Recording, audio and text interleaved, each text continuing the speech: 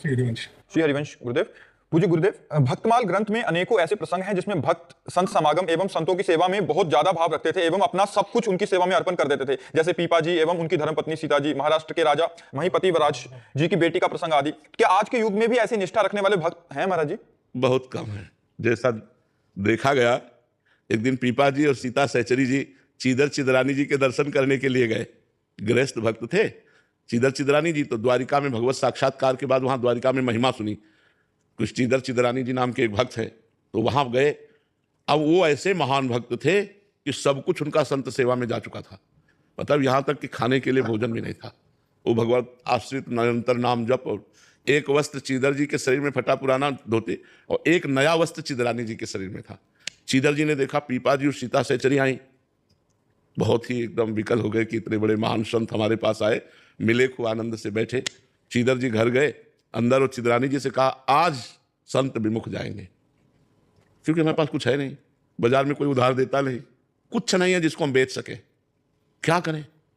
तो चिदरानी जी ने कहा, आप शोक मत करो, ये हमारा नया वस्त्र है, कुछ बिकी जाएगा टका 2 टका का, तो इससे चावल और दाल खरीद लाना, जो मिले भोग तो लगा देंगे।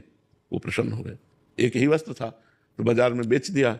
जो भी उससे दाल चावल जो भी मिला उन्होंने बनाया, और बना के कोई 1 सेर 2 सेर 2.5 सेर थोड़ी मिलेगा उस कपड़े, एक कपड़े का। तो वो लेकर के पीपा जी सीता सहचरी को बाहर चीदर चिदरानी जी ने कि आप पाओ, तो उनका भक्तानी को भी बुलाओ। सीता सहचरी जी ने कहा, तो उनका नहीं, रहने दीजिए भक्तानी को आप, तो वो मैं लिवा के लाती हूँ।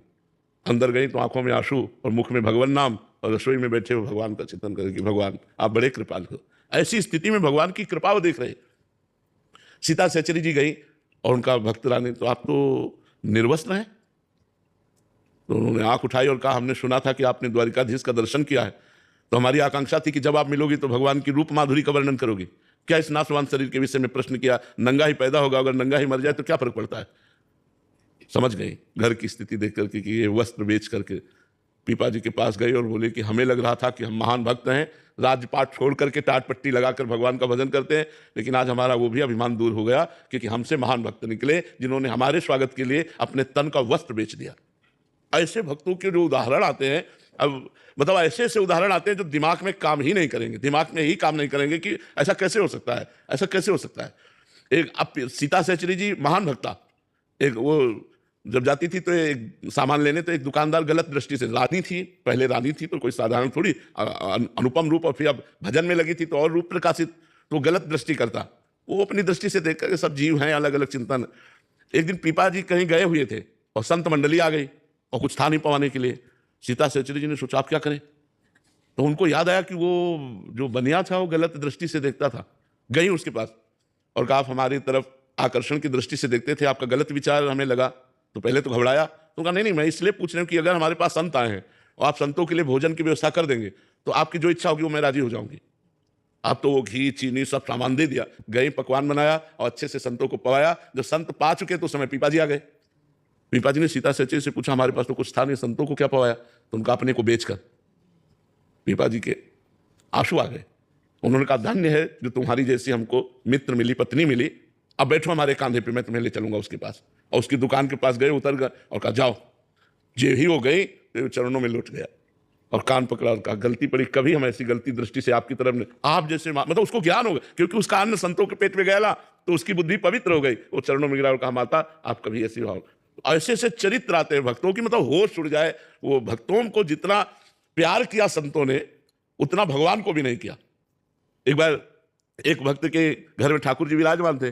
धीरे धीरे वो सब संत सेवा में लगता गया और संत जन आते गए जहां श्रद्धा देते हैं। तो कल के लिए कुछ नहीं था, तो भक्त ने ठाकुर जी से कहा, अष्ट धातु के थे, कहा कल अगर संत आ गए और व्यवस्था नहीं हुई तो हम आपको बाजार में बेच आएंगे, ध्यान रखना। संत भूखे नहीं जाएंगे, या तो आप व्यवस्था करो, लेकिन कल हम आपको बाजार में बेच आएंगे, ठाकुर जी से कहा। मतलब ठाकुर जी से भी बढ़कर संतों को प्यार, मोते अधिक संत कर लेखा।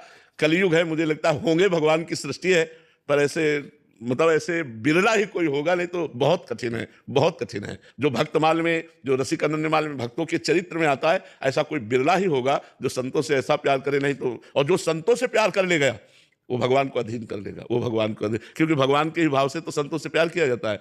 तो संत भगवान की कृपा से मिलते हैं, अगर उनकी सेवा बन जाए तो भगवान की सेवा साक्षात बन गई। कहा जाता है कि भगवान को अगर पाते देखना तो संतों को पवाओ, भगवान संतों के मुख से पाते हैं, भगवान संतों के मुख से पाते हैं। तो संतों की सेवा के जो भक्तमाल में उदाहरण है, होगी क्योंकि भगवान की सृष्टि है, होंगे ऐसे, पर बहुत बिरले होंगे, कोई ऐसे बकाया ऐसे नहीं होंगे।